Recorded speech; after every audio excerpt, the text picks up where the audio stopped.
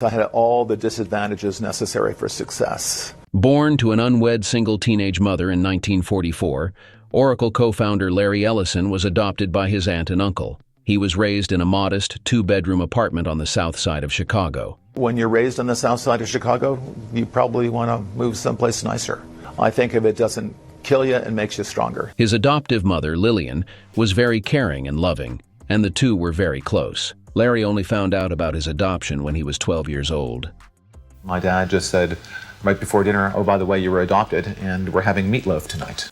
It was so shocking. I just put it away and thought about it for years without really, confronting all and realizing all of the implications. Ellison once told a friend that he dealt with it partly by trying hard to succeed in life.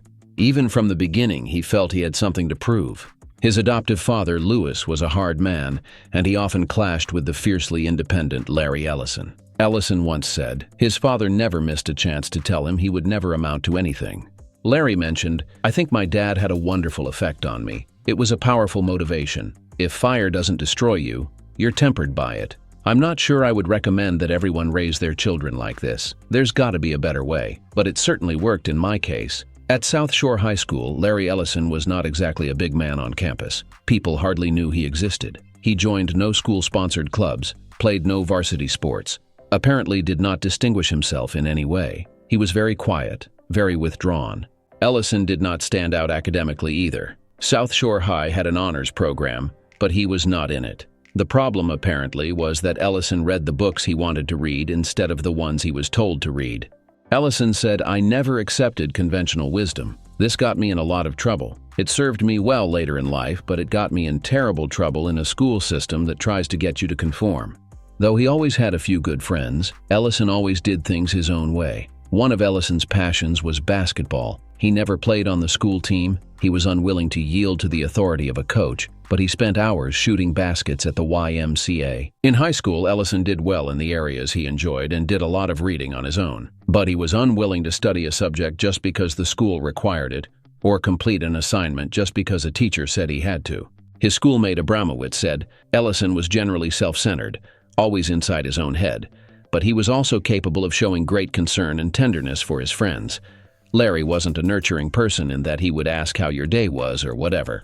But if you told him that this was really a bad day and you needed to take a walk and talk about something, Larry'd be right there. Abramowitz said, "Even when Larry was very young, there was a way in which he was older than us." In his late teen years, Ellison could often be seen driving around Greater Chicago in his little car. One night, Ellison, his friend Coleman, and their girlfriends double-dated. Ellison and his girlfriend were in front, and his friends were squished into the back. They were speeding along the outer drive on the south side. When Ellison saw blue lights in his rear view, Ellison started talking almost before the police officer reached the driver's side door.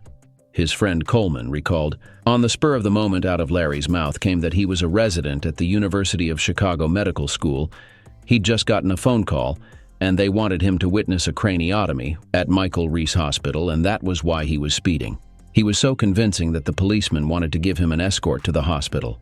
Ellison, who did not receive a speeding ticket, politely turned down the escort. Coleman and the women were dumbstruck. To Coleman, the moment illustrated just how quickly this guy Larry could think on his feet.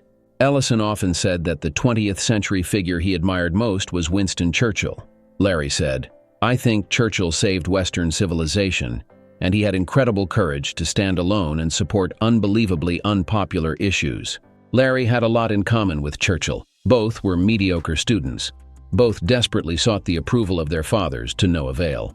The difference, according to Larry, was that Winston Churchill adored his father, and both were witty, insatiably curious, and charming when it suited them. Despite Ellison's constant public posturing, he was, also like Churchill, fundamentally shy. Ellison said reading about Churchill reassured him that even these gods have moments of insecurity.